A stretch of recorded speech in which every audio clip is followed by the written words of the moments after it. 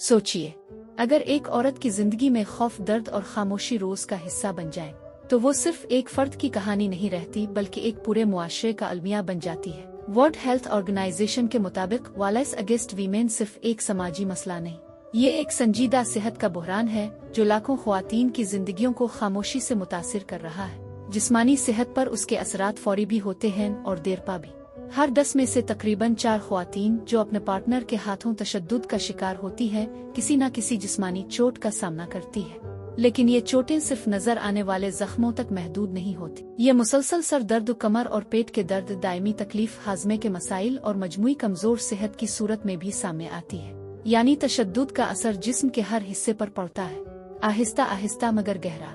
जिनसी और तौलीदी सेहत भी इससे बुरी तरह मुतासिर होती है। ऐसी ख्वातीन में इसकात हमल का खतरा दुगना हो जाता है, गैर मतलूबा हमल के इम्कानात बढ़ जाते हैं और वो जिनसी तौर पर मुंतकिल होने वाली बीमारियों का 1.5 गुना ज्यादा शिकार हो सकती है।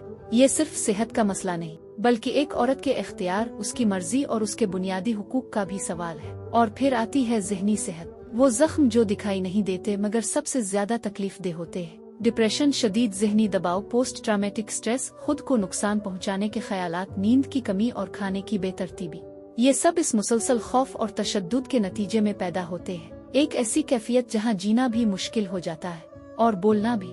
लेकिन इस कहानी का असर सिर्फ एक औरत तक महदूद नहीं रहता, इसके बच्चे भी इस माहौल का हिस्सा बनते हैं। उनकी जहनी नशोनुमा, उनका एतमाद और उनका मुस्तकबिल सब मुतासिर होते हैं। यानी एक घर का दर्द अगली नस्ल तक मुंतकिल हो जाता है। अदाद और शुमार हमें चौंका देते हैं। इस खित्ते में 27.2% ख्वातीन किसी न किसी शक्ल में पार्टनर तशद्दुद का सामना कर चुकी है। ये सिर्फ फीसद नहीं, ये लाखों जिंदगियां हैं, लाखों कहानियां हैं जो अक्सर खामोश रह जाती है। सवाल ये है, हम कब तक खामोश रहेंगे?